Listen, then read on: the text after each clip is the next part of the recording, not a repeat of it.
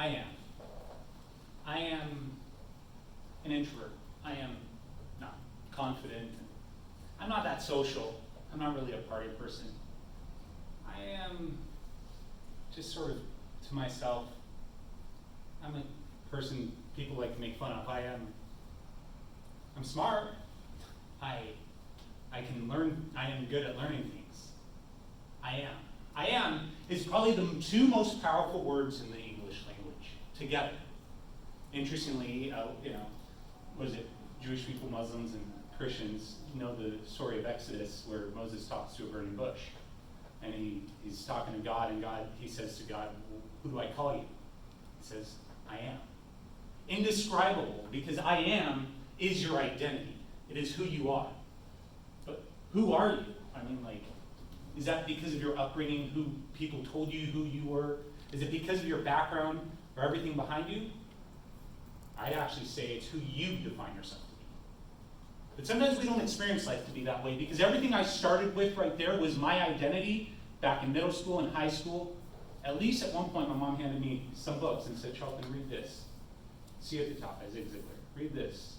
Rich Dad Poor Dad by Robert Kiyosaki. A few personal growth books that started exposing me to recognize that who I saw myself was didn't define me.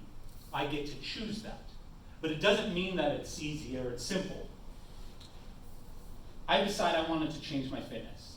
But I'm not a fit person. I'm not an athlete. I'm not that great at sports. So I'll just kind of go to the gym. I found a good gym that I liked, I had fun with, started going a lot. They had little challenges they post on the wall, and I started accomplishing little ones and then tried a little harder one. But then there's this daunting one, 45-minute vertical mile on the VersaClimber. If any of you have ever seen a VersaClimber, it's a contralateral movement with your hands and your feet. Most people can't even achieve 5 minutes on it. And the goal was to do a mile under 45 minutes. Now, some people can do that if they get it done faster, more power to them. So I'm like, I'm going to try for this. I'm going to train for that. And so I train up 5 minutes, 10 minutes, 15 minutes. Oh my goodness. I can't tell you how many times I got nauseous after just training up to 15 minutes. And one morning I get in, and my coach says to me, all right, Charlton, today you're going to train, you're going to go for the 1 mile, vertical mile. I'm like, but I only trained up to 15 minutes. He's like, if you can do 15, you can do 45. I'm like, okay, I could try at least. By the way, notice that I just said I could try. That's an identity statement. It's not a belief into what I can actually accomplish. And I get up on that machine and I start going 5 minutes in. And if the machine is just this motion the whole time, full body movement. 5 minutes in, I'm feeling a little not too great. I ate okay that morning. 10 minutes in, I'm like, oh my goodness, I'm only 25% done. 15 minutes in, oh, there's my psychological endpoint. I have only done up to this point. I could push at least a little further. I get to 20 minutes. I'm like, dude, this is only halfway. I'm hardly able to move. I'm trying to move the machine to just keep going 40 to the mile. I just get off. I step off. I'm like, and that was my identity at the moment. And my coach comes up to me and says, Charlton, get back on. Don't get off now. Get on. If you don't get back on, you're going to have to do this again. That's all he needed to say. I didn't want to do that again. I get back on, and I'm just like, I'll struggle through it. And every 10 seconds, I'm going to have to talk myself back into staying on, because my ability to see till the last bit of that mile wasn't there. And so I get 44 minutes and 30 seconds. I see the marker on the meter say 1 mile. I get off the machine, and my body's shaking. And I just crawl over to the side, lay down. No kidding, I laid down for 3 hours and didn't move. Finally, a friend at a later gym session comes by and hands me a candy bar, and that starts getting me back up. And that is a representation of a pivotal point in my life where I began, and I recognized myself for the first time as a different person. I'm an athlete. I'm strong. I'm good at sports. And at that moment, that I was the only name on the wall that had achieved that vertical mile. And no one added their name after that. Eventually they took down the challenge because no one else would even try it. And there are things in our life that we have that we can actually shift our identity, and we can actually change who we are by changing who we believe, but I'm not saying it's easy. A great example of just this dynamic or difference in mentality and how it affects results. There was a sales consultant that went to Fletcher Jones, where they had the #1 car salesman in the country, Garth Blumenthal, or at least at the time he was. And this sales consultant goes in and says, so I'm curious, how would you describe yourself in this context? And he goes, I'm like a lion, and this is my domain. Now, without any request, a few days later, she goes to interview the weakest salesperson on the lot, and she didn't ask for an animal analogy. She says, how would you describe yourself in this context? He goes, I'm just like a squirrel trying to get a nut. And he said it all squirrely, too, you know? So, and just trying to get a nut. Just like in that moment, I was trying to get to a mile, but there was a point where I said, no, I'm just going to keep pushing forward every 10 seconds.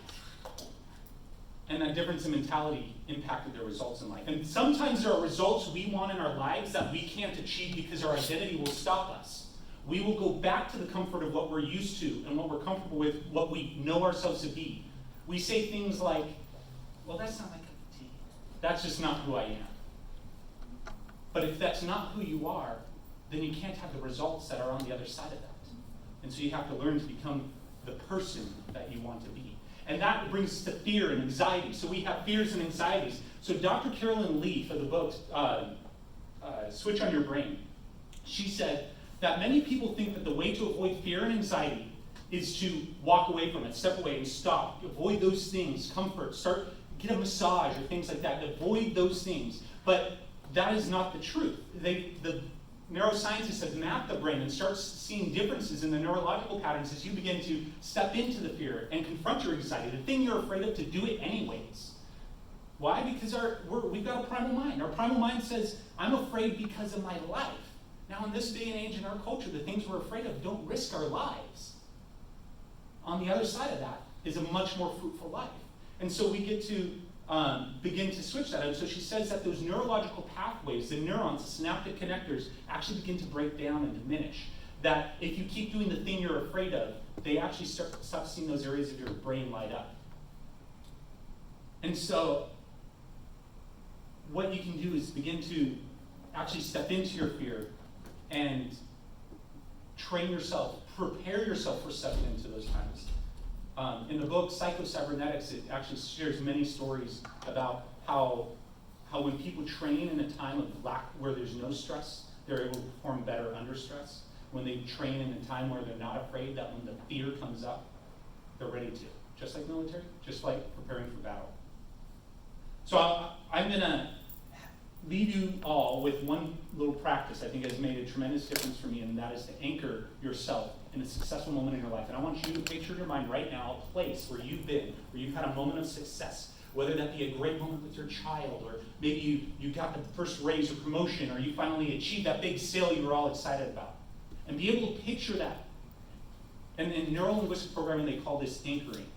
And I want you to, all of you now, close your eyes. Try and imagine that moment if you've got that moment. And if you don't now, then do this for yourself later. Close your mind, imagine that moment. And as you do that, and I want you all to just pull your arms towards yourself in the yes. Go, yes! Yes! And anchor yourself. And whenever you're ready to get up, I want you to get in a pose. Find a pose that's consistent. I'll go ahead and open your eyes again. I want you to get in a pose that's consistent. So if that's good, yes! Or I actually saw you doing this, Patrick. You do this. This is your power pose. I noticed that. That's a great power pose. But to take that and think about that moment just before you're about to do something you're afraid of.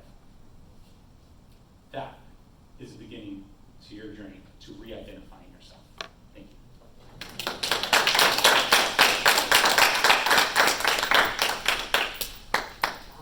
you. Everyone, you'll get a minute. Everyone has a freshman merit evaluation